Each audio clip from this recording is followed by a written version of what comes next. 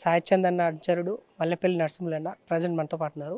సాయి చంద్ అన్న ప్రథమ వర్ధంతి ఈరోజు. దాని గురించి అని అన్నతోటి కొన్ని మరిన్ని విషయాలు తెలుసుకున్నాం. నమస్తే. నమస్తే అన్నగారు. సాయి చంద్ అన్న మీ రిలేషన్ ఏ విధంగా ఉంటుంది? జోహర్ సాయి చంద్ అన్న, ఇట్లాంటి రోజు వస్తుందని మేము కలలు కూడా ఊహించలేదు. ఇట్లాంటి రోజులు వర్ధంతులు జరుపుతామని చెప్పేసి. కానీ సాయి చంద్ అన్న అంటే మాది ఇక్కడ కోడంగల్, కోస్గి, తాండూరు, పరిగి ప్రాంతంలో సాయి చంద్ అన్న కులక్చెర్ల ప్రాంతంలో సాయి చంద్ అన్న దళిత జాతిని, చైతన్యం లేని దళిత జాతిని పూర్తిగా తట్టి లేపి ఇది కాదు మనం చేయవలసింది, ఇది మనం అని చెప్పేసి తట్టి లేపి మొత్తం జాతిని చైతన్యం చేసినటువంటి మహానుభావుడు. మా ప్రాంతం మొత్తం జాతి మొత్తం నిద్రలేచింది.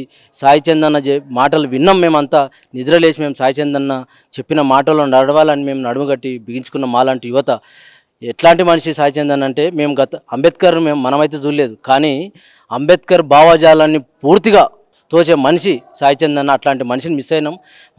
మా ఏరియా ప్రాంతం చాలా అనుబంధం ఉంది. ఆయన కోడంగల్, కోస్గి, మహబూబ్ నగర్, ఇక్కడ కులక్చెర్ల, పరిగి ప్రాంతానికి చాలా అనుబంధం ఉంది. అతనికి ఎన్నో అంబేద్కర్ వందలాది అంబేద్కర్ విగ్రహావిష్కరణ చేసిండు. ఆయన మొత్తం మా జాతిని అంతా నిద్రలేపే ప్రయత్నం చేసిండు. అందులో భాగంగానే మేము అక్కడి నుంచి ఇక్కడి వరకు వచ్చినాం. కేవలం ఏంటంటే సాయి చంద్ అన్న మాట, ఆట, పాట ఇది మొత్తం యావత్ తెలంగాణ మొత్తం మిస్ అయింది.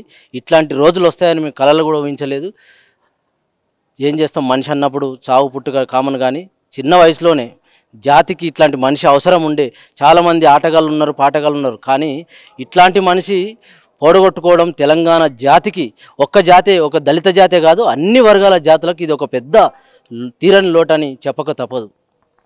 అంటే ఇప్పుడు అసలు సాయి చంద్ అన్నకి ఇలా జరుగుతుందని చెప్పేసి ఎక్స్పెక్ట్ చేయలేదు ఎవరు, కానీ తన ఉద్యమంలో కీలక పాత్ర పోషించారు కదా, దాని గురించి. ఉద్యమంలో రాతి బొమ్మల్లోన కొలువైన శివుడు అన్న పాట పాడుతుంటే నేను కూడా ఉద్యమంలో అన్నతో పాటు ఉన్నా. అక్కడక్కడ ఆ పాట పాడుతుంటే ఏడువని మనిషి అంటూ లేడు. ఏం పాట, ఏం ఆట, మొత్తం తెలంగాణ ఉద్యమాన్ని ఉర్రుతలయించిన వ్యక్తి.